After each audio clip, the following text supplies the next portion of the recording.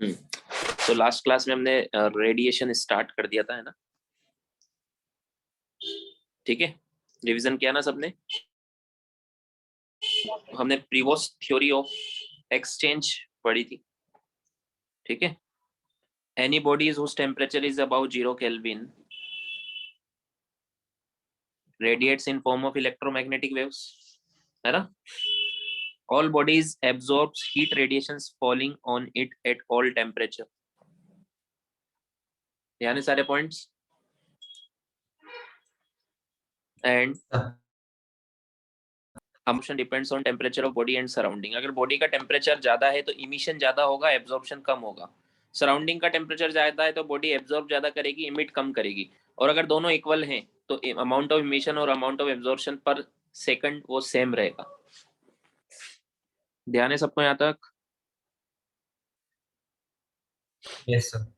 ठीक है, अब आगे बढ़ते हैं इसके. जैसे मान लो कोई भी बॉडी है,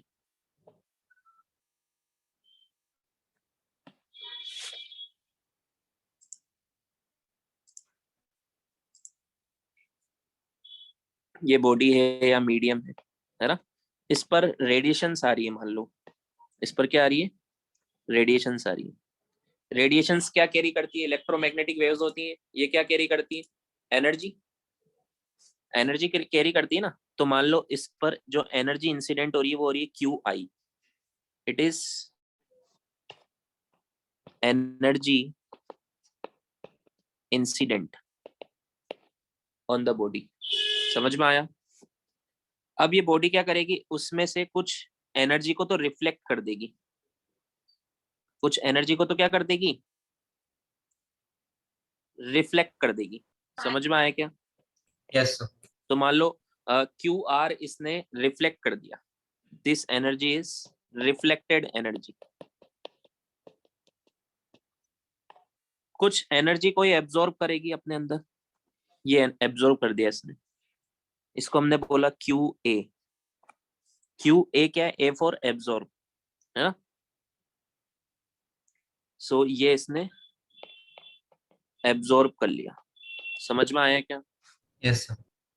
और कुछ एनर्जी ये अपने अंदर से ट्रांसमिट होके दूसरी तरफ निकाल देगी, ट्रांसमिट करवा देगी. समझ में आया? Yes sir. इसको हम बोलेंगे ट्रांसमिटेड एनर्जी, क्यूटी. इसको क्या बोलेंगे? क्यूटी. तो जब भी किसी बॉडी पर एनर्जी इंसिडेंट होती है तो ये तीन फिनोमिनन हो सकते हैं. या तो ये बॉडी इसको रिफ्लेक्ट करे, या तीनों भी हो सकते हैं. कुछ अमाउंट रिफ्लेक्ट करेगी, कुछ एब्जॉर्ब करेगी, और कुछ अपने अंदर से आर पार निकल जाएगा, इसके अंदर से ट्रांसमिट हो जाएगा, वापस बाहर निकल जाएगा. समझ में आया? आया समझ में? जैसे मान लो 100 जूल की एनर्जी आई, 20 जूल इसने रिफ्लेक्ट कर दी, 50 जूल इसने एब्जॉर्ब कर ली, और बची हुई 30 जूल इसने ट्रांसमिट कर दी. समझ में आया? Yes sir. सो इसका टेम्परेचर कौन सी एनर्जी से बढ़ेगा? क्यू आर से, क्यू ए से, या क्यू टी से? क्यूए से. क्यू ए से बढ़ेगा इसका टेम्परेचर. समझ में आया? इसका टेम्परेचर बढ़ने के लिए रेस्पॉन्सिबल है क्यू ए. जो एब्जॉर्ब कर रहे हैं, जो पार्टिकल जो एनर्जी एब्जॉर्ब करेंगे उसी से उनका टेम्परेचर बढ़ेगा. ये तो इसके अंदर आई नहीं, ये रिफ्लेक्ट हो गई, और ये एब्जॉर्ब नहीं हो पाई, ये तो बाहर निकल गई. समझ में आया? तो यहाँ पर तीन टर्मिनोलॉजीज है जो हमें समझनी है. First is reflected power. First is reflected power, इसको बोलते हैं स्मॉल आर. ये होता है energy reflected upon energy incident, इसका रेशियो. ये क्या होता है? मान लो फॉर एग्जांपल 100 जूल इंसिडेंट हुई और रिफ्लेक्ट की 20 जूल, तो कितना आया? 0.2 आया. समझ में आया क्या? Yes sir. इसको बोलते हैं रिफ्लेक्टेड पावर. क्या बोलते हैं? जिन बॉडी की रिफ्लेक्टेड पावर ज्यादा होती है, 0.2 तो बहुत कम है ना? उनको बोलते हैं गुड रिफ्लेक्टर. क्या बोलते हैं? Good reflector. समझ में आया? सेकंड Yes, होती sir. है एब्जॉर्प्टिव पावर.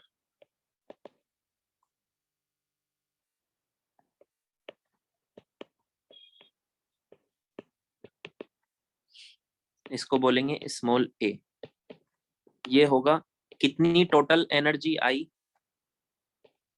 और उसका कितना फ्रैक्शन इसने एब्जॉर्ब किया, QA/QI। समझ में आया? जैसे फॉर एग्जांपल 100 जूल आ रही थी टोटल, 50 जूल इसने एब्जॉर्ब कर लिया, तो कितना आया एब्जॉर्प्टिव पावर? कितना आया? 0.5।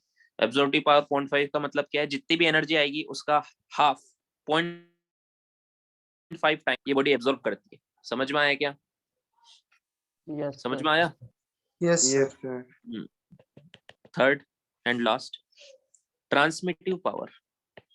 नाम से ही समझ में आ जाना चाहिए, ज्यादा एक्सप्लेन करने की जरूरत नहीं है इसमें। Yes, sir. Transmissive power, small T बोलेंगे इसको। क्या फॉर्मूला बनेगा इसका? QT by QI. QT QI। For example 100 joule आई थी, 20 रिफ्लेक्ट हो गई, 50 एब्जॉर्ब हो गई, ट्रांसमिट कितनी हुई होगी?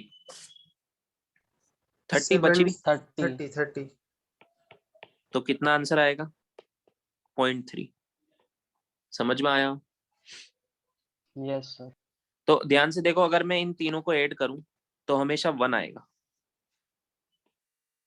R plus A plus T अगर मैं ऐड करूं तो हमेशा क्या आएगा? 1 One. आएगा। समझ में आया? और ये सब Yes, sir. All are unitless. ये सब क्या है? सब यूनिटलेस है क्वांटिटी। समझ में आया? Yes, sir. Yes, sir. लिखो इसको। Sir, हाँ ये बोलो। सब स्टेप बाय स्टेप होता है ना, मतलब reflection, absorption, transmission step by step होता है ना। पहले रिफ्लेक्ट करता है लाइट, फिर अगर रिफ्लेक्शन उसका पॉइंट तक पहुंच गया मैक्सिमम, तो फिर वो फिर एब्जॉर्ब करना चालू करता नहीं, है, और ऐसा फिर कुछ नहीं उसके है, बाद ऐसा कुछ नहीं है। ओके।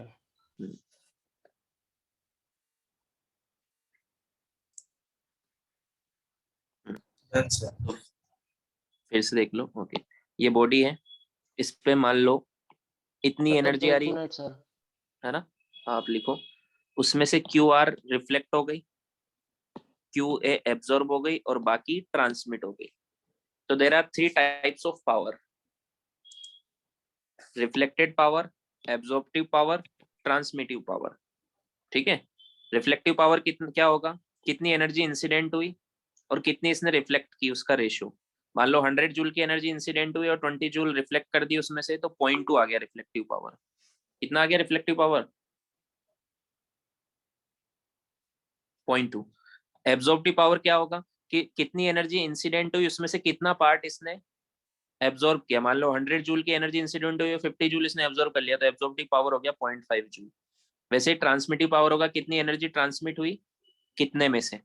तो 100 जूल में से 30 जूल की एनर्जी ट्रांसमिट हुई, बची हुई, तो ट्रांसमिटिव पावर कितना आ गया? 0.3 आ गया। समझ में आया सबको? है ना? Yes, sir. अब कुछ बॉडी होती है जो जितनी भी एनर्जी आती है मैक्सिमम एब्जॉर्ब कर लेती है। मैक्सिमम क्या कर लेती है? तो उनकी क्या ज्यादा होगी?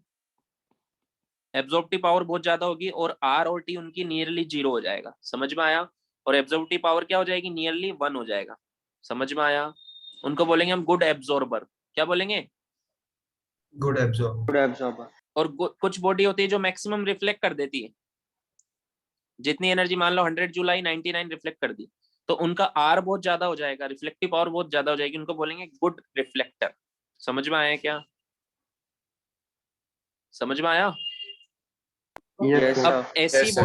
ऐसी बॉडीज जो जितनी भी एनर्जी उन पे फॉल हो रही है वो पूरी की पूरी अगर एब्जॉर्ब कर ले, तो उनको बोलते हैं ब्लैक बॉडी या परफेक्टली ब्लैक बॉडी। क्या बोलते हैं? Black body. ब्लैक बॉडी या परफेक्टली ब्लैक बॉडी। ऐसी bodies A perfectly black body is one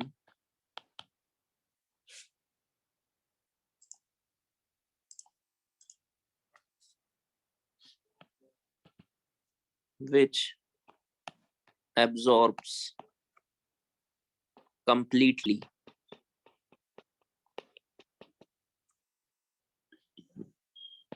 the radiations of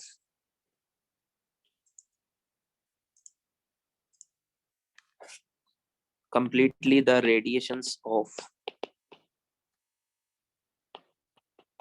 all wavelength falling on it. अलग अलग वेवलेंथ की रेडिएशंस आती है, तो कुछ भी वेवलेंथ की आ रही है सबको एब्जॉर्ब कर लेती है, चाहे कम वेवलेंथ की रेडिएशंस आ रही हो या ज्यादा वेवलेंथ की आ रही हो। ये परफेक्टली ब्लैक बॉडीज क्या करती है, सबको एब्जॉर्ब कर लेती है ना। अब जैसे मान लो कोई ये बॉडी है, ठीक है, इसका टेम्परेचर और सराउंडिंग का टेम्परेचर इक्वल है, सराउंडिंग में रखी हुई है। अब इस पर जितनी भी रेडिएशंस आ रही होंगी उन सबको एब्जॉर्ब कर रही है, कर रही कि नहीं कर रही है। Yes, sir. Yes, sir. और एक ऐसी बॉडी है नॉर्मल बॉडी, ये तो ब्लैक बॉडी है और ये नॉर्मल बॉडी है। नॉर्मल बॉडी बोलो इसका भी टेम्परेचर उतना ही है जितना सराउंडिंग का है, तो रेडिएशंस तो इस पर भी उतनी आ रही होगी। अगर मान लो दोनों की शेप साइज सब सेम है, दोनों की शेप एंड साइज सब सेम है, समझ में आया। तो अमाउंट ऑफ एनर्जी जितनी इस पे आ रही है उतनी इस पे भी आ रही होगी, आ रही होगी नहीं आ रही होगी। हाँ Yes, sir. तो मुझे बताओ एब्जॉर्ब ज्यादा कौन करेगा, ब्लैक बॉडी या normal body. Black body. Black body ज्यादा एब्जॉर्ब करेगा। तो टेम्परेचर ज्यादा किसका बढ़ना चाहिए, ब्लैक बॉडी का या नॉर्मल बॉडी का। Black body का. ब्लैक बॉडी का बढ़ना चाहिए ज्यादा टेम्परेचर, बट ये सराउंडिंग के इक्वल पहले से, तो इसका टेम्परेचर इससे ज्यादा तो हो नहीं सकता, सराउंडिंग में रखा हुआ है, हम अलग से हीट तो कर नहीं रहे इसको, समझ में आया। तो इसका टेम्परेचर दोनों का रहेगा तो इतना ही। तो अगर ये ज्यादा एब्जॉर्ब कर रहा है तो ये ज्यादा इमिट भी करेगी ना ये बॉडी, तभी तो इसका टेम्परेचर इतना का इतना ही रहेगा, समझ में आया। Yes, sir. मान लो इसने 10 जूल की एनर्जी एब्जॉर्ब की, 10 जूल आई इस पे पूरी 10 जूल एब्जॉर्ब की, तो इमिट भी ये 10 जूल करेगी, तभी तो इसका टेम्परेचर इतना का इतना मेंटेन रहेगा सराउंडिंग में, समझ में आया। Yes, sir. इसने 10 जूल में से मान लो 5 जूल ही एब्जॉर्ब किया, बाकी रिफ्लेक्ट कर दिया, ये नॉर्मल बॉडी है, तो फिर इसको इमिट भी 5 जूल ही करना पड़ेगा, समझ में आया। तो कहने का मतलब क्या है कि ब्लैक बॉडी वो होती है जो कंप्लीटली एब्जॉर्ब करती है, समझ में आया, सारे रेडिएशंस, और उन सबको इसको इमिट भी करना पड़ता है। ये गुड एब्जॉर्बर है, साथ साथ गुड इमिटर भी है ब्लैक बॉडी, है कि नहीं है। हाँ, sir. Yes, sir. समझ में आया। Good absorbers are good emitter, ऐसा बोलते हैं हम। क्यों बोलते हैं, क्योंकि अगर वो इमिट नहीं करेंगे, सिर्फ एब्जॉर्ब करके रख लेंगे, तो उनका टेम्परेचर बढ़ता जाएगा, वो पॉसिबल नहीं है, सराउंडिंग के इक्वल ही रहेगा ना टेम्परेचर, तो समझ में आया। Yes, sir. Yes, sir. तो if a black body absorb let's say 10 joule of energy, या थोड़ा ज्यादा लिख देता हूँ, 1000 joule of energy for example,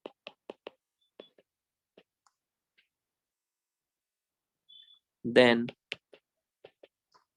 it emit all 1000 joule of energy to maintain the temperature,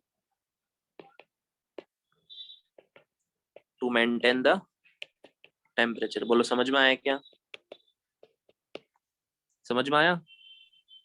Yes, sir. Yes, तो sir. हम क्या बोलते हैं, गुड एब्जॉर्बर्स आर, जिनका एब्जॉर्प्टिव पावर ज्यादा होगी वो उनकी वो इमिट भी ज्यादा करेंगे,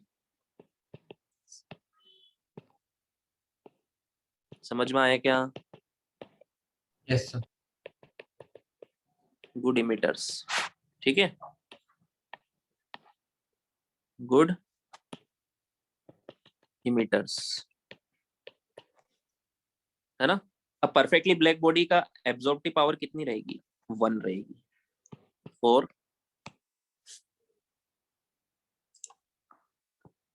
परफेक्टली ब्लैक बॉडी, समझ में आया।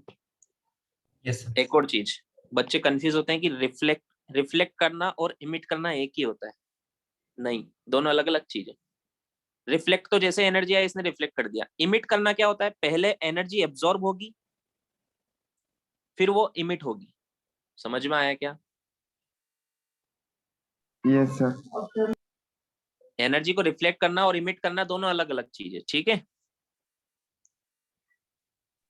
Yes, लिखो sir. इसको।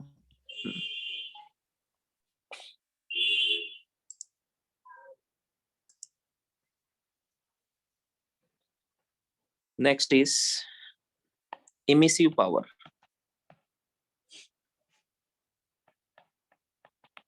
इमिसिव पावर, इमिसिव पावर को कैलकुलेट करने का तरीका अलग होता है, इसकी डेफिनेशन भी अलग होती है। इन तीनों की सिंपल डेफिनेशन थी कि जितनी रिफ्लेक्ट की टोटल में से वो रिफ्लेक्टिव पावर, टोटल में से कितनी एब्जॉर्ब की वो एब्जॉर्बिव पावर, और टोटल इंसिडेंट हुई इसमें से कितनी ट्रांसमिट हुई वो ट्रांसमिटिव पावर। की डेफिनेशन अलग है, इसको कैलकुलेट करने का तरीका भी अलग। इमिसिव पावर बहुत सारे फैक्टर्स पे डिपेंड करेगी। जैसे मान लो कोई ये बॉडी है ना, इसके टेम्परेचर पे भी डिपेंड करेगी इमिसिव पावर, करेगी या नहीं करेगी? ज्यादा टेम्परेचर होगा तो ये एनर्जी ज्यादा इमिट करेगा, कम टेम्परेचर होगा तो एनर्जी कम इमिट करेगा। समझ में आया क्या? Yes, हाँ, sir. बताया था ना मैंने कल भी, ठीक है? सो इसकी इमिसिव पावर क्या होगी? इमिसिव पावर का सिंबल होता है E।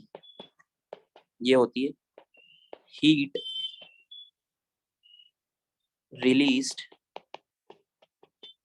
Due to temperature of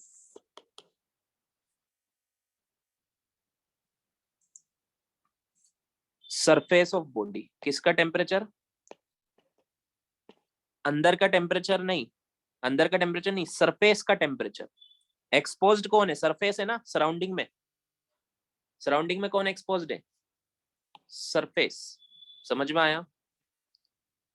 heat release due to temperature of surface of body पर यूनिट एरिया पर यूनिट टाइम। ये होता है इमिसिव पावर। मतलब इमिसिव पावर को हम कैसे लिखेंगे? हीट रिलीज मान लो Q है, अपॉन बॉडी का एरिया से डिवाइड कर दो। मान लो Q एनर्जी T टाइम में इमिट की, तो टाइम से डिवाइड कर दो। समझ में आया? Yes, sir. सो इसकी यूनिट क्या बनेगी? Q की क्या होगी? जूल पर मीटर स्क्वायर इनटू सेकंड, या फिर हम इसको बोलेंगे जूल पर सेकंड होता है वॉट पर मीटर स्क्वायर। समझ में आया क्या? समझ में आया ये? Yes, sir. Yes, sir. मान लो इसने 10 सेकंड में 100 जूल की एनर्जी इमिट की, तो यहाँ लिखेंगे 100, यहाँ लिखेंगे 10, और मान लो इसका एरिया 2 मीटर स्क्वायर, यहाँ लिखेंगे 2। समझ में आया? तो 100/20 मतलब क्या आएगा? 5 जूल 5 वॉट पर मीटर स्क्वायर। ये इसकी इमिसिव पावर आ जाएगी। आया समझ में?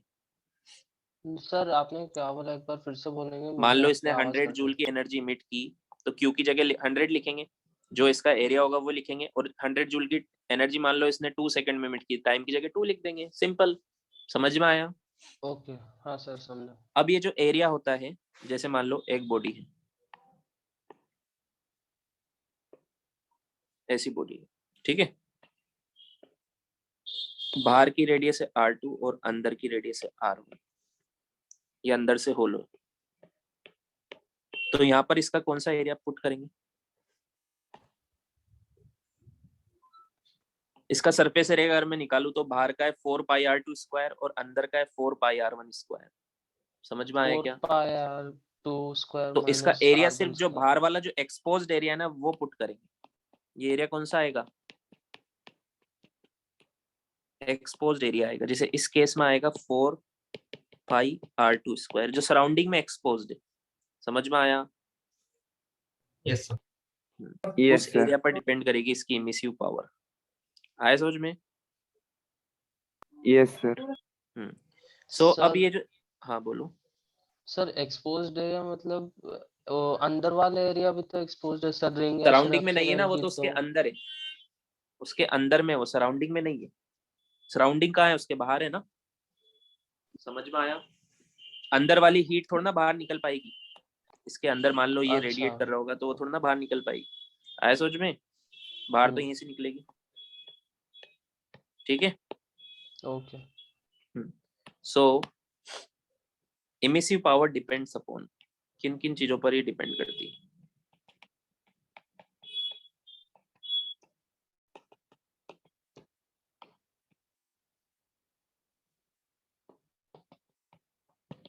First, material. जैसे जो गुड एब्जॉर्बर होते हैं, गुड इमिटर भी होते हैं, उनकी इमिसिव पावर ज्यादा होगी, ब्लैक बॉडी की इमिसिव पावर ज्यादा होती। ठीक है। Second, temperature. At higher temperature emissive power बढ़ जाती है। ठीक है। थर्ड, वेवलेंथ पे भी डिपेंड करती है। कोई बॉडी पर्टिकुलर किसी वेवलेंथ की एनर्जी ज्यादा इमिट करती है और किसी वेवलेंथ की एनर्जी कम इमिट करती है। समझ में आया? ऐसा नहीं है कि ये इस से जो एनर्जी, तो कुछ एनर्जी मान लो, कुछ वेवलेंथ होगी 5000 एंगस्ट्रॉन की, कुछ वेवलेंथ होगी 6000 एंगस्ट्रॉन की। एंगस्ट्रॉन पता है ना? Yes sir, 10 raised to ten minus 10। Power -10 metre होता है। ठीक है। कुछ होगी, मान लो अलग अलग, तो कुछ रीजन की वेवलेंथ, जैसे 5000 से 6000 के बीच में ये ज्यादा एनर्जी इमिट कर रहा है। ठीक है। 2000 से 3000 के बीच वाली वेवलेंथ में कम एनर्जी इमिट कर रहा है। तो वो वेवलेंथ पे भी डिपेंड करता है। समझ में आया क्या? Yes, sir. Yes sir. लिखो।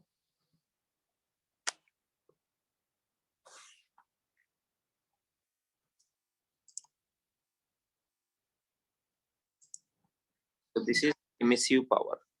Then spectral emissive power, ये जो मैंने आपको बताया कि वेवलेंथ पे भी डिपेंड करती है ना, उसी को हम पढ़ते हैं। इसको बोलते हैं ई लैम्बडा। इसका सिंबल क्या होता है? इमिसिव पावर की वेवलेंथ से क्या डिपेंडेंसी है? इमिसिव पावर की लैम्बडा क्या होता है पता है ना? Lambda yes sir. वेवलेंथ का सिंबल है। सो हमने स्पेक्ट्रम देखा था जरा, ये जितनी भी बॉडी होती है सब इलेक्ट्रोमैग्नेटिक वेव्स के स्पेक्ट्रम में एमिट करती है ना? इधर से radio, microwave, infrared, VIBGYOR, UV, X ray, gamma rays, इस तरफ हम जाते हैं तो वेवलेंथ डिक्रीज होती है ना? और फ्रीक्वेंसी बढ़ती है, एनर्जी बढ़ती है। समझ में आया? तो कोई बॉडी इस रीजन में ज्यादा इमिट करेगी, कोई बॉडी इस रीजन में ज्यादा करेगी इमिट। समझ में आया क्या? मतलब वेवलेंथ के हिसाब से उनकी इमिसिव पावर अलग अलग होगी। इसी को क्या बोलते हैं? Spectral emissive power. क्या बोलते हैं? Spectral emissive हाँ। power. So tendency to possess different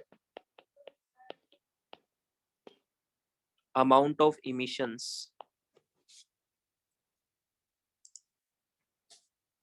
different amount of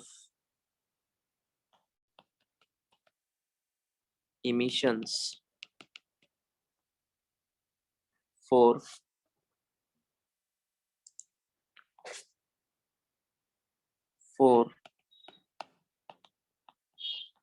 different wavelengths.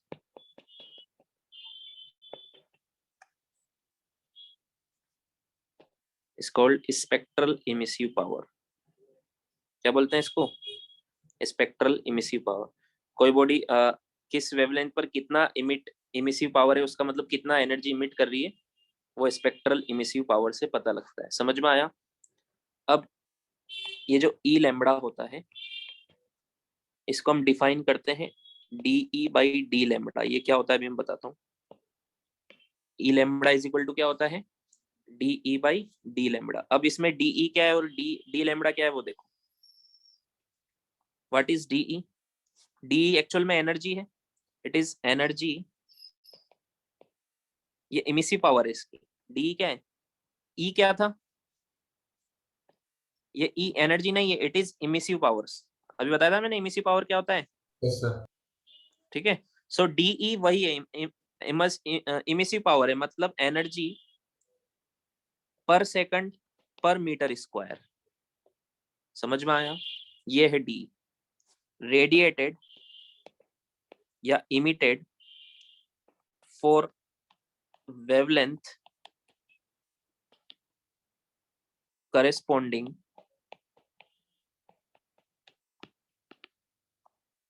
Lambda to lambda plus D lambda. मान लो एक रेंज है, जैसे एक एग्जांपल से देखो, एक एग्जांपल से देखो तो ज्यादा समझ में आएगा। ये एक बॉडी है, ठीक है, मान लो टी टेम्परेचर पर है, ये एनर्जी इमिट कर रही है, रेडिएट कर रही है अपने अंदर, है ना। मान लो इसकी इमिसिव पावर है, टोटल इमिसिव पावर है इसकी E, which is energy. Emissive power को कैसे डिफाइन करते हैं हम? एनर्जी रेडिएटेड या एनर्जी रिलीज्ड पर यूनिट एरिया पर यूनिट टाइम, ऐसे डिफाइन करते हैं ना। मान लो यस इसकी सर। है 100 जूल पर मीटर स्क्वायर सेकंड। मान लो अज्यूम किया है हमने, ये हमने क्या किया है, अज्यूम किया है। मतलब ये एवरी सेकंड इसके पर यूनिट एरिया से 100 जूल की एनर्जी इमिट कर रही है। कितने जूल की कर रही है? 100 जूल। मान लो इसका एरिया है 1 मीटर स्क्वायर, तो एवरी सेकंड ये 100 जूल की कर रही है। मान लो इसका एरिया होता है 2 मीटर स्क्वायर, तो एवरी सेकंड ये 200 जूल एनर्जी इमिट करती। समझ में आया इमिसिव पावर का मतलब क्या है? जैसे मैंने बोला किसी बॉडी की इमिसिव पावर है 20 जूल पर मीटर स्क्वायर पर सेकंड, और उस बॉडी का एरिया है मान लो 5 मीटर स्क्वायर। कितना है उस बॉडी का एरिया और उसकी इमिसिव पावर है ये। तो मैंने पूछा 10 सेकंड में कितनी एनर्जी रेडिएट की होगी? इमिसिव पावर क्या होता है? Q अपॉन AT, है ना। Q पूछा है हमसे, तो Q कितना होगा? EAT। E कितना है? 20, एरिया कितना है? 5, टाइम कितना है? 10। समझ में आया? तो कितना आया? 1000 जूल की 1000। थी। आया समझ में इमिसिव पावर से कैसे निकालते हैं? हाँ, यस सर। अब ये जो इसने यस 1000 सर। जूल की जो एनर्जी इमिट की है, इसमें सारी वेवलेंथ आ गई है, जितनी भी इसने मिनिमम से मैक्सिमम तक की सारी आ गई है। समझ में आया क्या? जो इसने की होगी। आया समझ में? समझ में आया क्या? Yes sir. सो इसकी इमिसिव पावर मान लो ये 100 गिवन है ना। तो हम, और ये जो इमिसिव पावर है 100, ये ऑफ वेवलेंथ, यहाँ लिख देता हूँ मैं। ये जो वेवलेंथ है हम मान लेते हैं कि ये 0 से लेके इन्फिनिटी तक की सारी कर रहा है, जितनी भी पॉसिबल वेवलेंथ सबको इमिट कर रहा है। समझ में आया? और उन सबसे total energy every second per metre square 100 निकल रही। आया क्या समझ में? Yes sir. अब इस वेवलेंथ में सारी आ रही है, सो मान लेते हैं let from wavelength, let from wavelength lambda, मैं एक रेंज ले रहा हूँ 5000 एंगस्ट्रॉन से लैम्बडा प्लस डी लैम्बडा, मतलब थोड़ा सा और 5000 से 5000.01 एंगस्ट्रॉन। इसके बीच में भी बहुत सारी वेवलेंथ होंगी, होंगी कि नहीं होंगी? 5000 से यस सर। एंगस्ट्रॉन से 5000.01 के बीच में भी होंगी, तो बहुत सारी वेवलेंथ। अब ये 0 से इंफिनिटी के बीच में 100 जूल कर रहा था। समझ में आया क्या? यहां से इसके बीच में मान लो ये कर रहा है एनर्जी रेडिएटेड पर सेकंड पर मीटर स्क्वायर, ये जो कर रहा है ये कर रहा है 0 पॉइंट मान लो 5 जूल पर मीटर स्क्वायर पर सेकंड, इतनी कर रहा है मान लो। समझ में आया क्या? 100 तो कौन सी थी? सारी जितनी भी वेवलेंथ है ना उन सबकी मिला के 100 थी। मैंने एक छोटा सा रीजन लिया 5000 से 5000.01 एंगस्ट्रॉन के बीच का, उतने से की अगर मैं एनर्जी निकाली तो 100 नहीं है, वो 100 तो पूरी वेवलेंथ है 0 से लेके इन्फिनिटी तक की। उतने से की अगर मैंने एनर्जी निकाली तो वो आ रही है 0.5 जूल पर सेकंड पर मीटर स्क्वायर। समझ में आया क्या? वो आ रही है Yes. Emissive power. ये इमिसिव पावर है फ्रॉम दिस से दिस वेवलेंथ की। समझ में आया? तो मैं दोनों को सेम मान सकता हूँ ना, तो मैं बोल सकता हूँ कि एट दिस वेवलेंथ 5000 एंगस्ट्रॉन पर ये इसकी इमिसिव पावर इतनी है, इसको बोलते हैं स्पेक्ट्रल इमिसिव पावर। समझ में आया क्या? वो कैसे निकालेंगे? Yes sir. ये है डीई, यहाँ पे लिखा था ना what is D, energy per second per metre square means emissive power for wavelength corresponding from lambda to lambda plus D lambda. समझ में आया? समझ में आया कि नहीं आया तक? समझा sir. So spectral emissive power at this wavelength, इसकी कितनी होगी? फॉर्मूला क्या होता है? DE upon D lambda. तो DE कितना है? 0.5 अपॉन डी लेमड़ा कितना है? ये है ना डी लेमड़ा, समझ में आया? 0.01, समझ में आया क्या? Yes sir. तो ये आ गया स्पेक्ट्रल इमिसिव पावर। आया सोच में? Yes sir. Yes, sir. यश को नहीं समझा, एक बार देखो। टेंडेंसी टू पोजेस डिफरेंट, ध्यान से सुनना Yash, tendency to possess different amount of emissions for different wavelength, उसको बोलते हैं स्पेक्ट्रल इमिसिव पावर। कोई बॉडी किसी वेवलेंथ पे ज्यादा इमिट करती है, किसी पे कम करती है। जैसे हमने एक बॉडी ली, ये वैसे तो टोटल इतनी एनर्जी इमिट कर रही है 100 जूल पर मीटर स्क्वायर पर सेकंड, है ना? बट हमने Yes, देखा sir. कि इतनी वेवलेंथ पे कितनी कर रही है, तो मैंने क्या किया, थोड़ा सा 5000 से 5000.1 के बीच में चेक किया, ये इतनी एनर्जी पर मीटर स्क्वायर पर सेकंड कर रही है। समझ में आया? Yes. So spectral emissive power at this wavelength कितनी होगी? DE अपॉन डी लेमड़ा, इसका फॉर्मूला होता है। तो 0.5 ये अपॉन डी लेमड़ा कितना लिया था मैंने? 0.01। हाँ सर, क्लियर है। लिखो, फिर इसका ग्राफ में बना के समझाऊंगा तो और थोड़ा सा क्लियर होगा।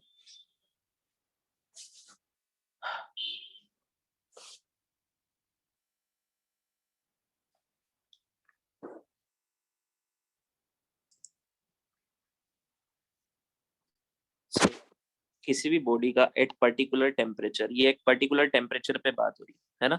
जैसे टेम्परेचर बढ़ा दोगे तो ये ओवरऑल इमिसिव पावर भी बढ़ जाएगी। ठीक है, समझ में आया? तो सब चेंज होगा फिर। सो पर्टिकुलर टेम्परेचर पे बात हो रही है। सो किसी पर्टिकुलर टेम्परेचर पर अगर हम किसी बॉडी का स्पेक्ट्रल इमिसिव पावर का ग्राफ बनाए विद वेवलेंथ, तो हम देखेंगे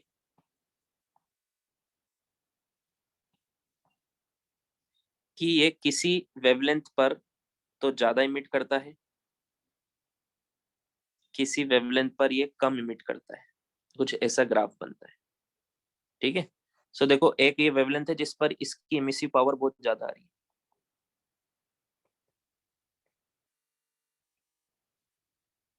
इसकी इमिसिव पावर, इस वेवलेंथ को बोलते हैं लैम्बडा एम।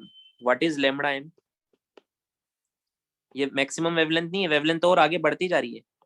देखो, शुरू में कम वेवलेंथ पर इमिसिव पावर कम थी, फिर जैसे जैसे वेवलेंथ बढ़ती जा रही है इमिसिव पावर भी बढ़ती जा रही है। समझ में आया? फिर जैसे जैसे वेवलेंथ और बढ़ाओगे तो फिर इमिसिव पावर फिर से कम होगी। समझ में आया? Yes sir. सो ये लैम्बडा एम क्या है? Lambda M is the wavelength corresponding to which there is maximum emission of energy। जिस वेवलेंथ पर मैक्सिमम एनर्जी इमिट हो रही है उस वेवलेंथ को बोलते हैं लैम्बडा एम। क्या बोलते हैं? एट ए गिवन टेम्परेचर, एट ए गिवन टेम्परेचर। ये जो ग्राफ है ये एट गिवन टेम्परेचर पर बना हुआ है, मतलब ये कांस्टेंट है टेम्परेचर। ठीक है, अब देखो इस ई लैम्बडा क्या होता है? DE बाई डी लैम्बडा होता है ना? इस ग्राफ का एरिया क्या होगा? इस ग्राफ का एरिया होगा ई लैम्बडा डी लैम्बडा। जैसे y वर्सेस x ग्राफ का एरिया क्या होता है? इंटीग्रेशन y dx, ये होता है ना y versus Yes, x sir. Graph Yes, का। sir. तो इस ग्राफ का एरिया क्या होगा? ई लैम्बडा डी लैम्बडा।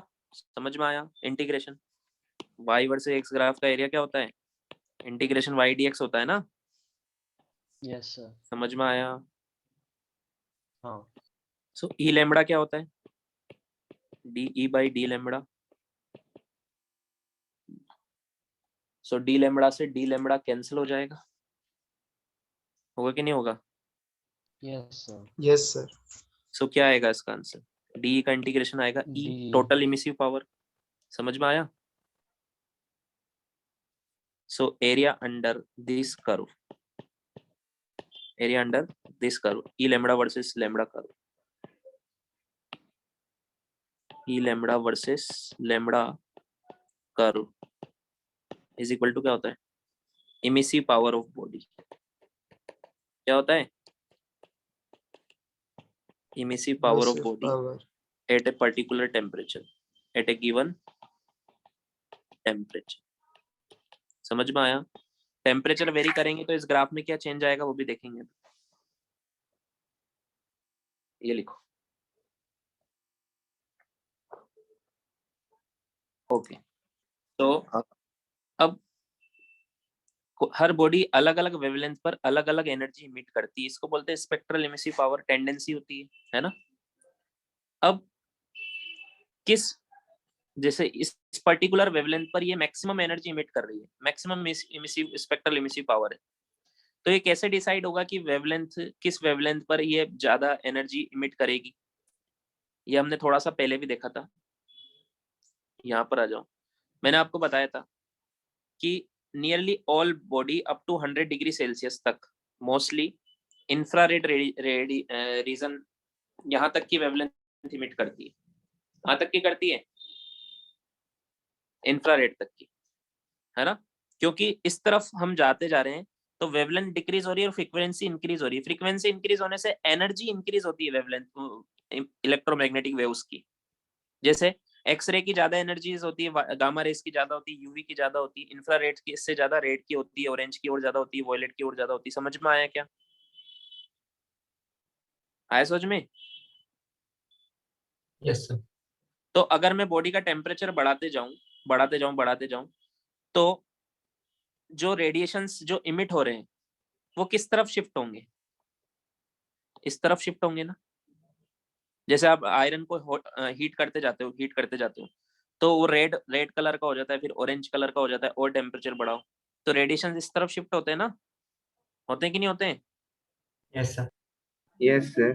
तो ऐसा नहीं कि रेड हॉट आयरन जो है वो सिर्फ रेड ही कर रहा है, वो ये भी कर रहा होगा थोड़ा बहुत तो, बट वो ज्यादा क्या कर रहा है? रेड कर रहा है। समझ में आया क्या?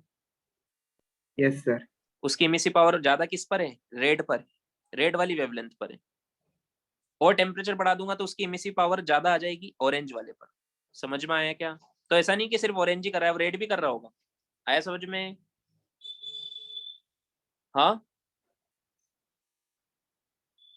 तो टेम्परेचर बढ़ाने पे ये रेड से ऑरेंज क्यों आया? क्योंकि ऑरेंज के पास ज्यादा एनर्जी है तो उसको हायर टेम्परेचर पे हायर एनर्जी इमिट करनी है, लोअर टेम्परेचर पे कम एनर्जी इमिट करनी है।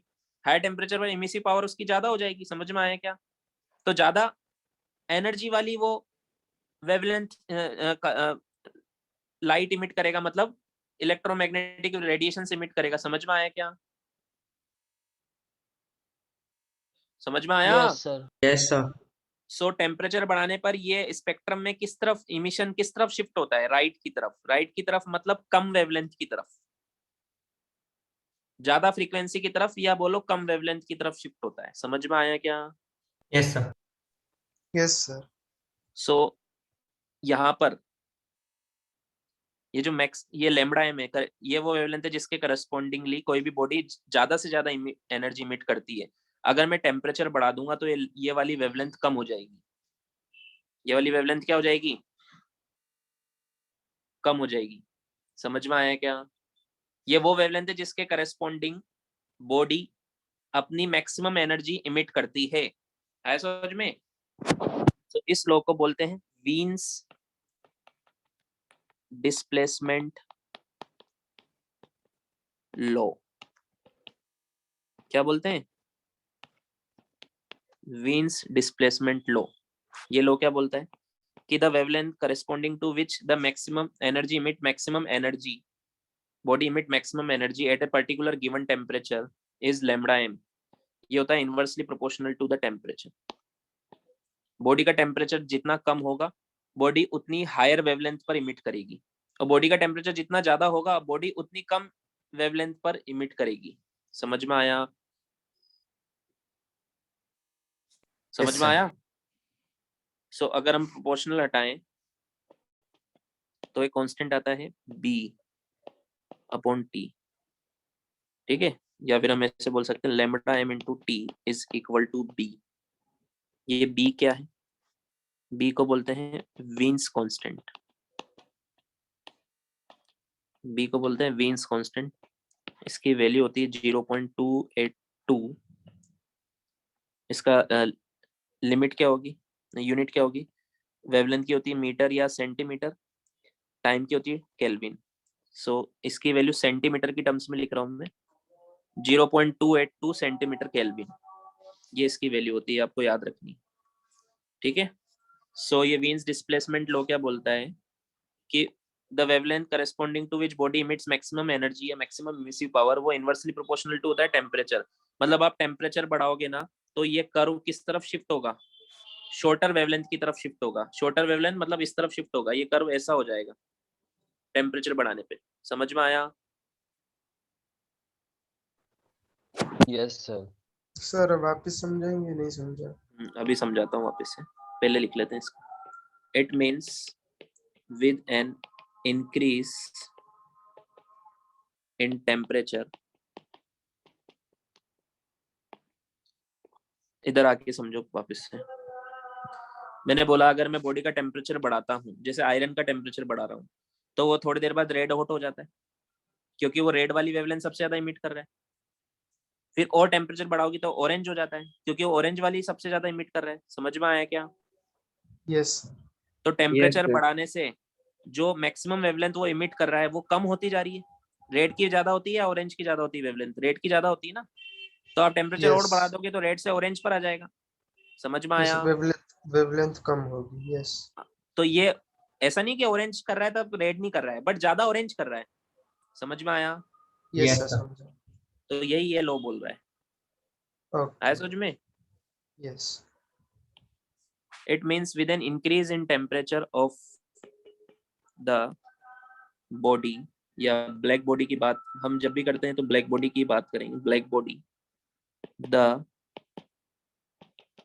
मैक्सिमा ऑफ द कर्व, इस कर्व का जो मैक्सिमा है ना, shift towards shorter wavelengths, shift towards shorter wavelengths means lambda m decreases with increase in temperature। तभी तो यहाँ पे इनवर्सली लिखा। समझ में आया? जैसे एक यस सर एग्जांपल देता हूँ, मुझे बताना आप, मैं पूछता हूँ क्वेश्चन इसमें। ई लैम्बडा वर्सेस लैम्बडा का ग्राफ गिवन है, ठीक है। इधर लैम्बडा है, इस तरफ लैम्बडा बढ़ता जा रहा है, इस तरफ इमिसिव पावर बढ़ती जा रही है ना।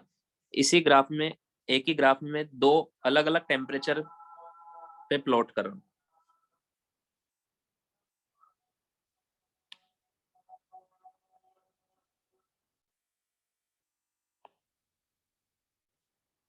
ठीक है,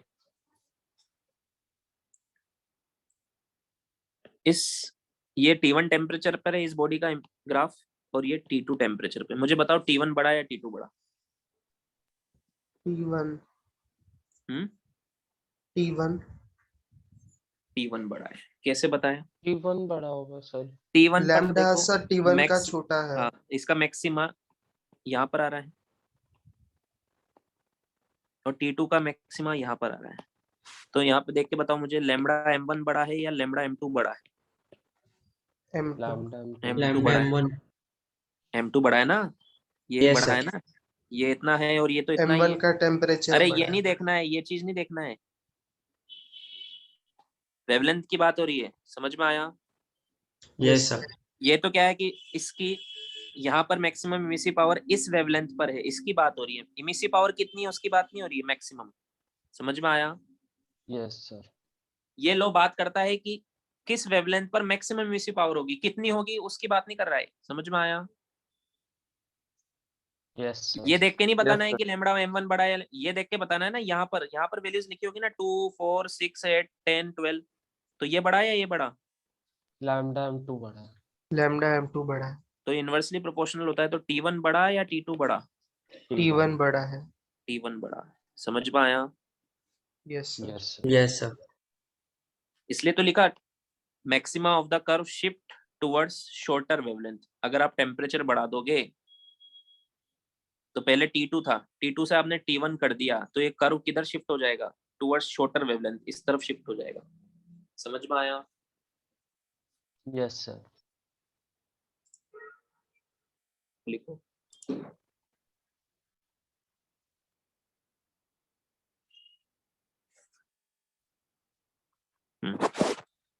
अब देखो, एक एक्सपेरिमेंट करते हैं, छोटा सा सिंपल। मैंने क्या किया, एक रूम में दो बॉडी ली,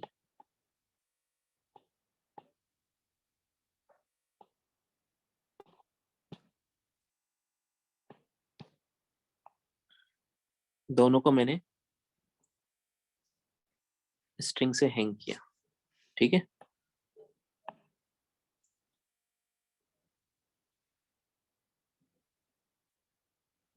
ये है ब्लैक बॉडी,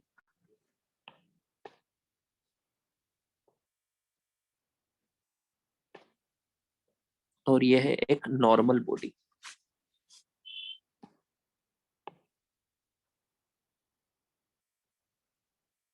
ये क्या है? ये है नॉर्मल बॉडी। यहाँ मैं लिख देता हूँ ब्लैक बॉडी, और ये है नॉर्मल बॉडी, ठीक है। दोनों, सबका टेम्परेचर सेम है, सबका टेम्परेचर इक्वल है, सराउंडिंग के इक्वल है। सराउंडिंग का भी टी है, बॉडी का भी टी है। यहाँ लिख देता हूँ मैंने क्या किया, इन ए रूम, आवाज आ रही है सबको? Yes sir. Black body yes sir. And normal body of size भी सेम है, सेम साइज इज केप्ट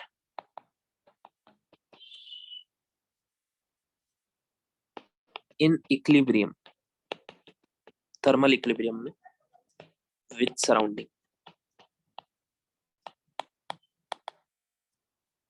है ना, मतलब सेम टेम्परेचर पर है, ठीक है। अब मैं आपसे कुछ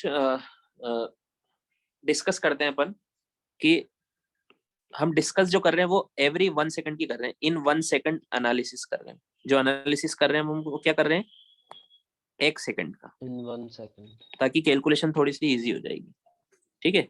सबसे पहले मैंने पूछा, मान लो एनर्जी, मैंने पूछा क्या दोनों पर जो एनर्जी इंसिडेंट हो रही होगी सराउंडिंग में टेम्परेचर की वजह से, यहाँ पे रेडिएशन से रूम में बहुत सारे, इन सब पे इंसिडेंट हो रहे होंगे? Yes, sir.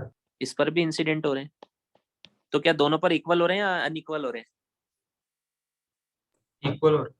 इक्वल ही हो रहे हैं। जो Equal हो एनर्जी रहे हैं। इंसिडेंट हो रहे हैं उनका बॉडी से कोई मतलब नहीं है कि ब्लैक बॉडी या नॉर्मल बॉडी या कौन सा मटेरियल, मतलब होता है सरफेस एरिया से। अगर दोनों का सरफेस एरिया सेम है तो एनर्जी भी दोनों पर सेम इंसिडेंट हो रही होगी, क्योंकि दोनों को आपने सेम एनवायरनमेंट में रखा है। समझ में आया क्या? Yes, sir. हाँ। सो एवरी सेकंड बात कर रहा हूं मैं, एवरी सेकंड जो एनर्जी इंसिडेंट हो रही है, energy incident on both is same. Same है कि नहीं है, बोलो। Yes, sir. Yes yes sir. Sir. Let say Q I कितनी है? Q I is the energy incident in 1 second on both the body, दोनों पे सेम। समझ में आया? क्या दोनों बॉडी एब्जॉर्ब भी सेम करेगी क्या? No sir. No sir. Black body कितनी एब्जॉर्ब? क्यू आई ज्यादा एब्जॉर्ब करेगी। हाँ, पूरी जितनी कर इंसिडेंट देगी। हुई उतनी करेगी ये तो, यस क्योंकि इसका एब्जॉर्बिव पावर 1 होता है। Energy absorbed by black body, short में लिख रहा हूं मैं बीबी, कितना होगा? Q I, Q Q I. I. क्योंकि इसकी एब्जॉर्बिव पावर 1 होती है। एब्जॉर्बिव पावर क्या होती है? Q absorb upon Q incident. तो क्यू एब्जॉर्ब क्या होगा? ए इंटू क्यू इंसिडेंस। तो ए इसका 1 होता है, तो जो इसने एनर्जी एब्जॉर्ब किया वो एनर्जी इंसिडेंट के इक्वल ही होगा। समझ में आया क्या? आया समझ में? Yes sir. Yes, sir. और energy absorbed by normal body, by, ये पूरी की पूरी थोड़ा ना करेगा। मान लो इसका एब्जॉर्प्टिव पावर है ए, तो ये कितना करेगा? ए इंटू क्यू आई, इतनी करेगा ना। मान लो इसकी Yes, एब्जॉर्प्टिव sir. पावर है 0.5, तो ये 0.5 टाइम्स करेगा जितने भी इंसिडेंट हो रही है। मान लो दोनों पर एवरी सेकंड 10 जूल हो रही है, तो ये तो 10 जूल एब्जॉर्ब कर लेगी, और ये कितना करेगी? 5 जूल। समझ में 5. आया क्या? Yes, sir. ठीक है। Now energy radiated by black body,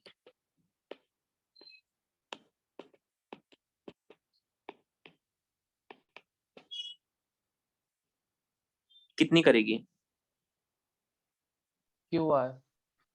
जितनी एब्जॉर्ब करी, या इक्वल लगा दे। Sir, radiated में by radiate you mean emitted, right? हाँ, दोनों Yes. रेडिएटेड या इमिटेड एक ही बात होता है। Yes, QI. है ना? मैं सारे वर्ड यूज करता हूँ ताकि तुम्हें ऐसा नहीं हो कि मैं इमिटेड लिखूं और क्वेश्चन में रेडिएटेड लिखा गया तो तुम छोड़ दो। समझ में आया क्या? Yes, sir. Radiated, Yes, sir. Emitted या रिलीज्ड, या नीचे लिख देता हूँ, रेडिएटेड, इमिटेड या रिलीज्ड, तीनों एक ही होता है। मैं यहाँ तीनों वर्ड यूज कर सकता हूँ। समझ में आया क्या? Yes, sir. By black body, जितनी, क्योंकि थर्मल इक्विलिब्रियम में है ना, तो जितनी इस पर इंसिडेंट, जितनी एब्जॉर्ब कर रही है उतनी इमिट भी करेगी। समझ में आया क्या? Yes, sir. Yes, sir. तो क्यू आई ही होगा एवरी सेकंड, बिकॉज ये इन इक्विलिब्रियम में, इन थर्मल इक्विलिब्रियम में है कि नहीं है? समझ में आया? Yes, sir. Now energy radiated bye normal body, कितना? AQI. EAQI. EAQI. ई कहाँ से आया? सर एन जितनी, उसका एमिसिव पावर, वो तो निकालेंगे अभी हम। ये एनर्जी मतलब उससे रेडिएटेड पर मल्टीप्लाई करके मिलेगा ना रेडिएटेड। नहीं, जितनी एब्जॉर्ब कर रहा है उतनी करेगा ना इमिट। 5 जूल एब्जॉर्ब करी तो इमिट भी कितनी करेगा? 5 जूल। वो तो emissive ओके। power हुआ ना. हाँ सर समझा। Energy radiated bye normal body, जितनी एब्जॉर्ब करेगा उतनी इमिट करेगा ना, क्योंकि इक्विलिब्रियम में है। समझ में हाँ। आया? हाँ। Yes sir. मान लो ये इस समझा। पे 10 जूल की एनर्जी आ रही है, इसने एब्जॉर्ब की 5 जूल की, तो इमिट भी कितनी करेगा? 5 जूल 5 जूल। करेगा। इसने पूरी 10 जूल एब्जॉर्ब की, तो इमिट भी कितनी करेगा? 10 जूल। समझ में आया? Yes sir. इसलिए एक एक ये सारे कंफ्यूजन क्लियर हो जाएंगे। समझ में आ रहा है सबको? Yes, sir. यहाँ तक लिखो, फिर मैं चलो इसी पेज में करता हूँ, ये नीचे का ही हटा देता हूँ। अब मैं आपसे पूछता हूँ emissive power of black body. Emissive power पे आ जाते हैं, जिससे कंफ्यूजन हुआ होगा। Emissive power of black body, ठीक है, वो क्या होता है? इसको मैं ऐसे लिख रहा हूँ, emissive power of black body, है ना? वो होगा एनर्जी रेडिएटेड, कितनी एनर्जी रेडिएट की एवरी सेकंड में? QI. QI. Q I upon, मान लो इसका एरिया है ए, इनटू टाइम कितना है? 1। एक सेकंड में की ना इसने इतनी, तो कितना आया? Yes. QI by A. Q I by A. Time मैंने 1 सेकंड ले रखा है शुरू से। समझ में आया क्या? Yes sir. Emissive power of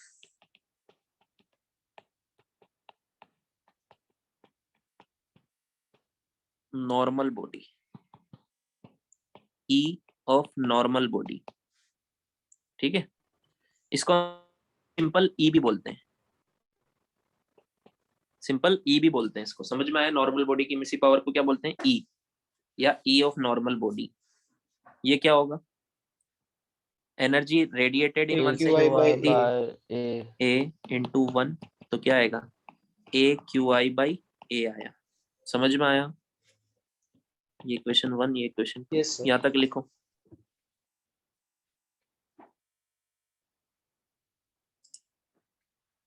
अब देखो यहाँ पर देखो, ये क्या है? ये emissive power of black body. तो emissive power of normal body is equal to क्या आया? A times AQI by A. A, और इसकी जगह क्या लिख दूंगा मैं? EB, Yes, sir. है ना? A into EB। समझ में आया क्या? A की वैल्यू 1 से कम होती है ना, इसलिए emissive power of normal body emissive power of black body से कम ही होगी किसी भी टेम्परेचर पे। कम होगी कि नहीं होगी? हाँ, Sir, can you repeat? अरे A की वैल्यू 1 से कम होती है ना, हाँ Yes, तो sir. E की वैल्यू इससे कम ही होगी। yes, emissive sir. पावर कम होगी ना, इमिसिव पावर नॉर्मल बॉडी की कम होगी, क्योंकि एनर्जी रेडिएट कम कर रही है, क्योंकि एब्जॉर्ब भी कम कर रही है। समझ में आया? Yes, sir. yes sir. ठीक है। सो यहां से हम क्या लिख सकते हैं? E by A is equal to EB। E by A is equal to EB। अब मान लो मेरे पास उस रूम में बहुत सारी बॉडीज होती, एक तो क्या थी? ब्लैक बॉडी थी, और बहुत सारी नॉर्मल बॉडी होती, 1 2 3, है ना? मान लो इसका एब्जॉर्प्टिव पावर है A1, इसका है A2, इसका है A3, और इसका एमिसिव पावर है E1, इसका है E2, इसका है E3, है ना? और सबका टेम्परेचर सेम है। सबका टेम्परेचर क्या है? सेम। सराउंडिंग का भी क्या है? सेम। इसकी emissive power EB, black body की। समझ में आया? सो हम इसको देख के क्या बोल सकते हैं? E बाई A का रेशो इसके इक्वल है हर बॉडी का, हर बॉडी का। तो फर्स्ट बॉडी का क्या लिखूंगा मैं? E1 by A1 is equal to EB। लिखूंगा या नहीं लिखूंगा? yes sir. E2 by A2 is equal to EB। E3 by A3 is equal to EB is equal to constant. ऐसे लिख सकता हूं ना? yes sir. Yes, sir. समझ में आया क्या? मतलब yes कहने sir. का मतलब क्या है? जिसका एब्जॉर्प्टिव पावर ज्यादा होगा, जिसका डिनोमिनेटर ज्यादा होगा, उसका न्यूमरेटर भी ज्यादा होगा, क्योंकि इसके इक्वल आना है ना। समझ में आया? yes मान लो किसी का एब्जॉर्प्टिव पावर कम है, तो उसका ये भी कम होगा ना, क्योंकि ये और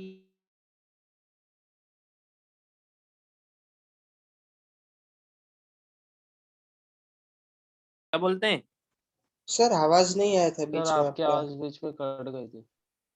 फिर से देखो, ये इक्वेशन समझ में आई? हाँ हाँ सर, वो समझ में आया।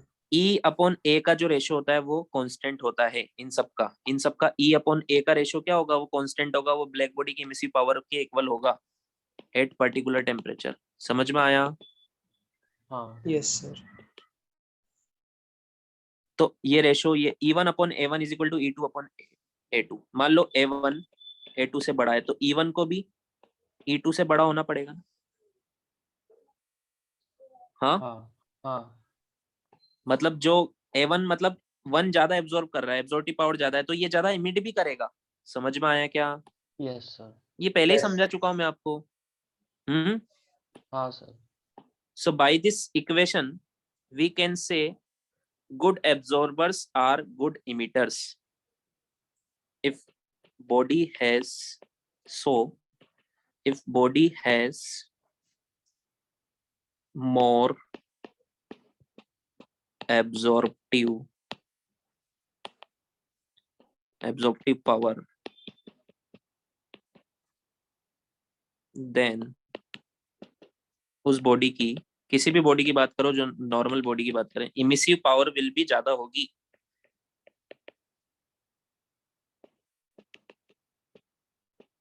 समझ में आया ये बात? Yes, yes sir. sir. Means ये पहले भी लिखा था हमने, गुड एब्जॉर्बर्स आर गुड इमिटर्स। जितना ज्यादा एब्जॉर्ब करेंगे उतना ज्यादा इमिट भी करना पड़ेगा। दिस इज कॉल्ड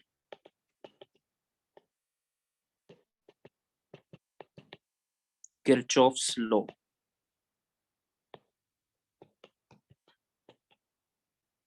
ठीक है, this is called Kirchhoff's law. तो किरचॉफ्स लॉ का स्टेटमेंट अभी लिखवाता हूँ, पहले यहाँ तक लिखो।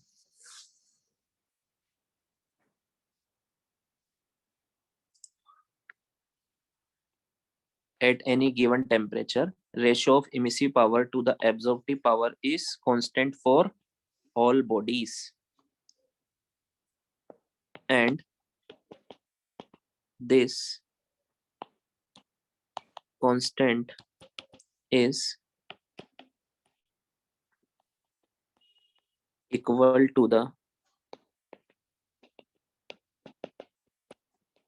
emissive power of a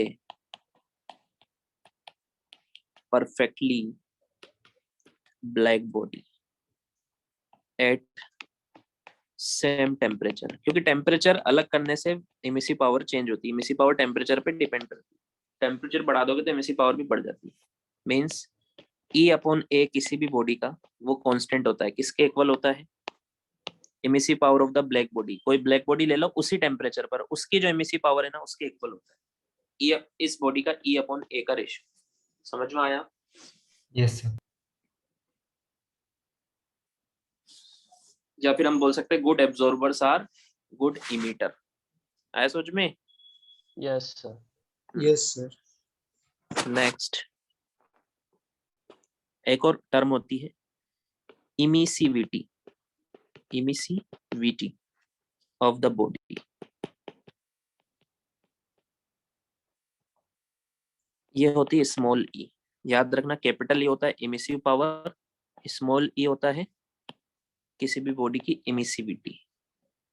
ठीक है। सो ये इमिसिविटी क्या होती है?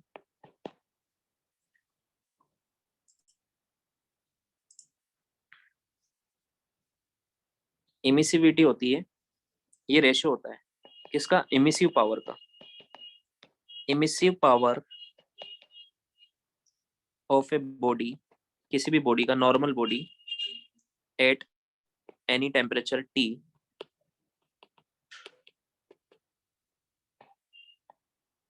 Upon emissive power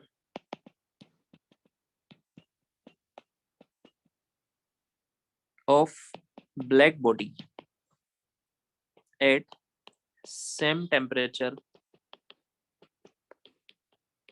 T। समझ में आया?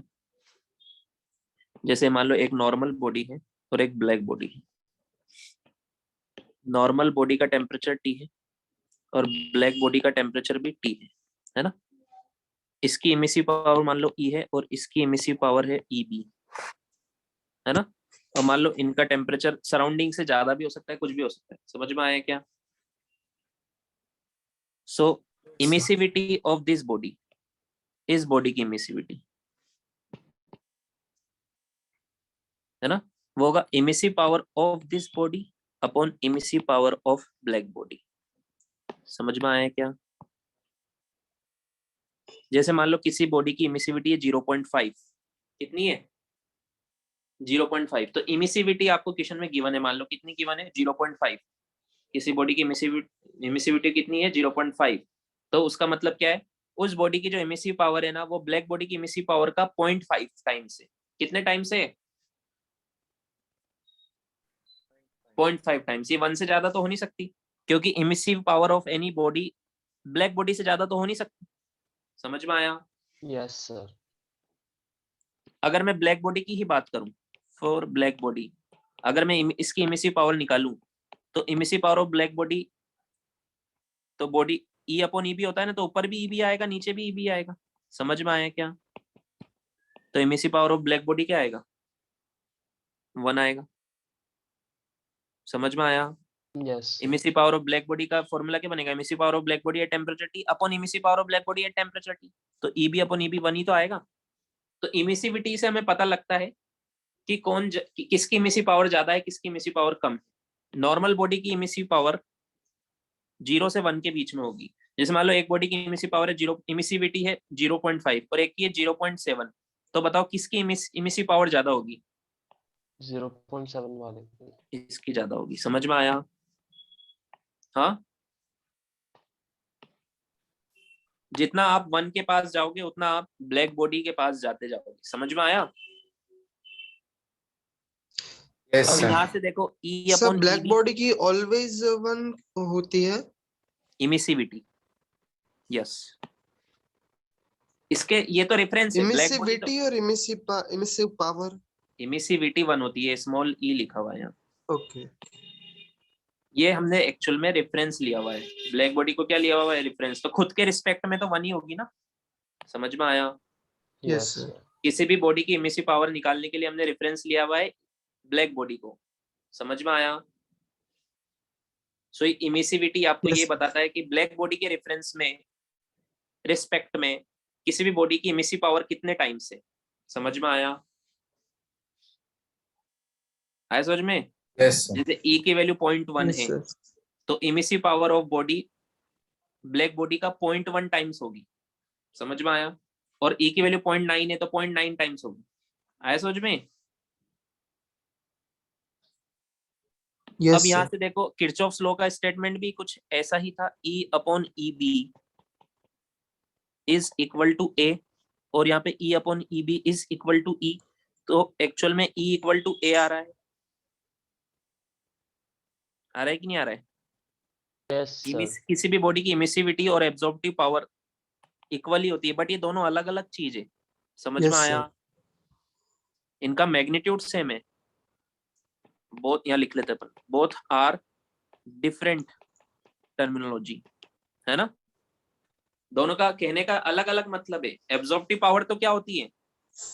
मान लो किसी बॉडी की एब्जॉर्प्टिव पावर है 0.5, तो इसका मतलब क्या है? उस पर मान लो 100 जूल की एनर्जी आई, तो उसने 50 जूल की एनर्जी इमिट की। समझ में आया? ये Yes, मतलब होता है sir. Absorptive yes power sir. का।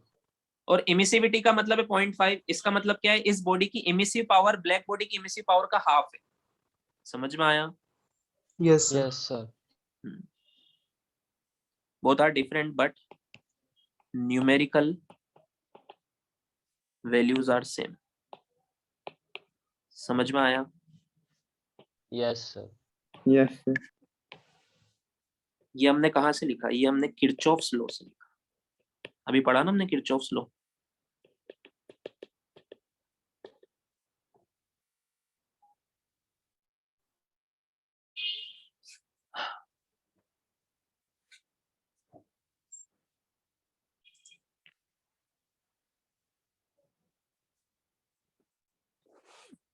Next is Stephen's law.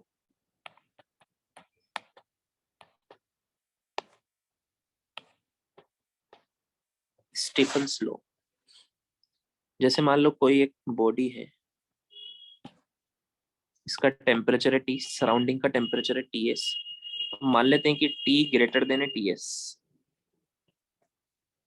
Body का टेम्परेचर सराउंडिंग से क्या है? ज्यादा है। तो हमने पढ़ा था प्रीवोस्ट थ्योरी में, ये जितनी एनर्जी इमिट करेगी वो ज्यादा होगी कंपेयर टू जितनी ये एब्जॉर्ब करेगी। समझ में आया? तभी तो इसका टेम्परेचर धीरे धीरे कम होगा, Yes, sir. तभी तो कूल होगी धीरे धीरे, और सराउंडिंग के पास आ जाएगी थोड़ी देर बाद। समझ में आया? सर आपने क्या कहा? मैंने कहा कि इसका टेम्परेचर सराउंडिंग से ज्यादा है, तो ये इमिट ज्यादा करेगी और एब्जॉर्ब कम करेगी। हाँ हाँ। ठीक है। सो एनर्जी रेडिएटेड, हम पहले निकाल रहे हैं एनर्जी रेडिएटेड पर सेकंड निकाल रहे हैं। मतलब हम निकाल रहे हैं dQr/dt। क्या निकाल रहे हैं हम? dQr/dt। So this energy radiated पर सेकंड मींस dQr/dt, ये होता है डायरेक्टली प्रोपोर्शनल टू एरिया की। कौन सा वाला? Exposed area. इस बॉडी का जितना ज्यादा सरफेस एरिया होगा ना, उतना ज्यादा इसमें से हीट बाहर निकलेगी। सिंपल सी बात है, जितना सरफेस एरिया बॉडी का होगा सराउंडिंग में एक्सपोज्ड, उतना ज्यादा हीट उससे बाहर निकलेगी, रेडिएट होगी। समझ में आया क्या? मान लो एक बॉडी है, उसका भी टेम्परेचर है इसी के इक्वल T, बट इसका एरिया बहुत छोटा है, तो इसमें से इतनी एनर्जी नहीं निकल पाएगी ना पर यूनिट टाइम, जितनी बड़ी वाली बॉडी में से निकल रही है। समझ में आया क्या? Yes sir. आया समझ में ये बात? Yes, sir. is proportional to the emissivity E के, मतलब इसके इमिसिव पावर के जितनी ज्यादा इसकी इमिसिविटी होगी उतना ज्यादा ये इमिट करेगी ना। जैसे मान लो दो बॉडी है, सेम टेम्परेचर पर, सेम एरिया है दोनों का, इसकी E है 0.5 और इसकी E है 0.8, बताओ कौन ज्यादा एनर्जी रेडिएट करेगी? Second object. सेकंड वाली। समझ में आया क्या? समझ में आया? Yes, sir. एंड ऑल्सो इसके टेम्परेचर पे भी तो डिपेंड करेगा, जितना ज्यादा टेम्परेचर होगा उतना ज्यादा एनर्जी रेडिएटेड पर सेकंड होगा। समझ में आया? हाँ। Yes, sir. Yes, सो sir. टेम्परेचर की पावर 4 के डायरेक्टली प्रोपोर्शनल होता है। और टेम्परेचर किस में लेना है हमें? केल्विन में। यहाँ पर टेम्परेचर चेंज नहीं है, यहाँ पर टेम्परेचर है, तो कैलोरीमेट्री में या थर्मल एक्सपांशन में यहाँ पर जो हमने फॉर्मूले पढ़े थे उसमें डेल्टा टी आता था। कैलोरीमेट्री में आता था MC डेल्टा टी, और इसमें क्या आता था? Final length is equal to L nought 1 plus alpha delta T. तो डेल्टा टी में कोई फर्क नहीं पड़ता था, आप केल्विन में लिखो या सेल्सियस में लिखो। समझ में आया क्या? Yes sir. Yes, यहाँ sir. पर टी की फॉर्म में आ रहा है तो केल्विन में ही लिखना है, SI यूनिट में ही लिखना है। समझ में आया? सो इन तीनों पर डिपेंड करता है एनर्जी रेडिएटेड पर यूनिट टाइम पर सेकंड। मैं प्रोपोर्शनल हटाऊंगा तो एक कांस्टेंट भी आएगा, वो कांस्टेंट आएगा सिग्मा। ठीक है, ये तो कांस्टेंट आया, तो ये किस किस पे डिपेंड करता है? इमिसिविटी पे, एरिया पे, और T की पावर 4 पे। इसको बोलते हैं स्टीफन्स लॉ। और ये सिग्मा क्या होता है? Sigma is Stefan's constant. इसकी वैल्यू होती है 5, 6, 7, 8, ऐसे याद रखना है। 5, 6, 7, 8, 5.67 इंटू 10⁻⁸। समझ में आया क्या? Yes sir. Sir what. इसका यूनिट क्या होता है? हाँ यूनिट बता रहा हूँ, इसकी क्या होगी? जूल पर सेकंड, मतलब वॉट, है ना? हाँ। इमिसिविटी यूनिट लेस है। एरिया की क्या होगी? Metre square. इसकी क्या होगी? केल्विन की पावर 4। तो वॉट पर मीटर स्क्वायर केल्विन की पावर 4। समझ में आया? Yes sir. Yes, sir. So this is energy, फिर से लिख देता हूं मैं, रेडिएटेड पर सेकंड। आया समझ में? एनर्जी रेडिएटेड पर सेकंड। अब ये बॉडी सिर्फ रेडिएट थोड़ा ना कर रही है, एब्जॉर्ब भी कर रही है। हमने पढ़ा था प्रीवोस थ्योरी में, हर वो बॉडी जो सराउंडिंग में एक्सपोज्ड है वो at all temperature energy absorb भी करती है। करती है कि नहीं करती है? Yes, sir.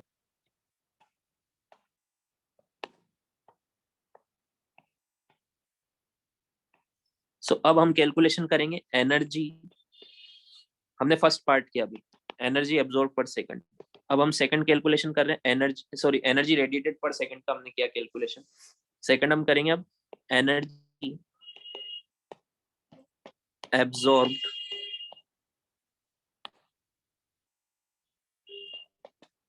पर सेकंड। इसको मैं बोलूंगा dQA/dt। समझ में आया?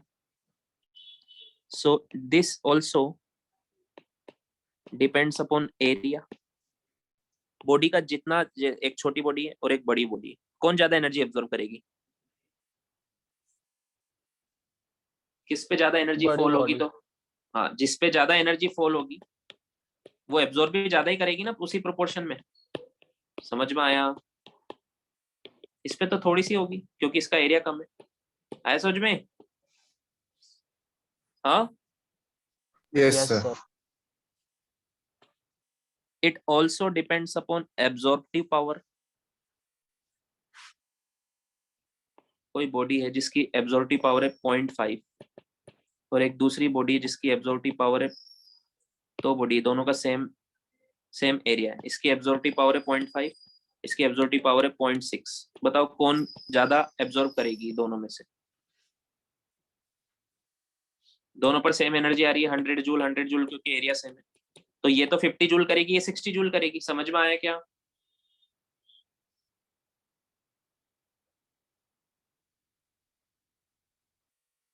सो गए क्या? No, sir. तो बोलो ना यार, रिप्लाई करो ना, ऐसे मैं बोर हो जाता हूँ फिर। तो क्या ये directly proportional to absorptive power है? हाँ सर। Yes, sir. यहाँ पर इमिसिविटी थी, इमिसिविटी के डायरेक्टली प्रोपोर्शनल था, यहाँ एब्जॉर्प्टिव पावर के डायरेक्टली प्रोपोर्शनल। समझ में आया? Okay, sir. Then also directly proportional to, इस पर ये जो एनर्जी रेडिएशन आ रहे हैं ये सराउंडिंग के टेम्परेचर पर भी तो डिपेंड करेंगे। हाँ, Yes, sir. सराउंडिंग Yes, का sir. टेम्परेचर जितना ज्यादा होगा उतने रेडिएशंस फॉल होंगे, उतनी ज्यादा एनर्जी फॉल होगी इसमें। So it is also directly proportional to fourth power of surrounding temperature. समझ में आया? TS Yes. क्या है? सराउंडिंग का टेम्परेचर है। सो सब कंबाइन करके प्रोपोर्शनलिटी हटाऊंगा तो वो कांस्टेंट वही आएगा, सिग्मा स्टीफन्स कांस्टेंट। फॉर्मूला क्या बनेगा? सिग्मा ए टीएस की पावर 4। समझ में आया क्या? Yes, sir. अब हमने पढ़ा था दोनों ये दोनों अलग अलग चीजें लेकिन न्यूमेरिकली इक्वल है किसी भी बॉडी के लिए, है कि नहीं है? तो ए की जगह ई लिख दूं मैं, Yes, sir. तो सिग्मा ई ए टीएस की पावर 4। समझ में आया क्या? इसको अपन इक्वेशन 1 बोलेंगे, इसको इक्वेशन 2 बोलेंगे। यहाँ तक लिखो, फिर आगे बताओ।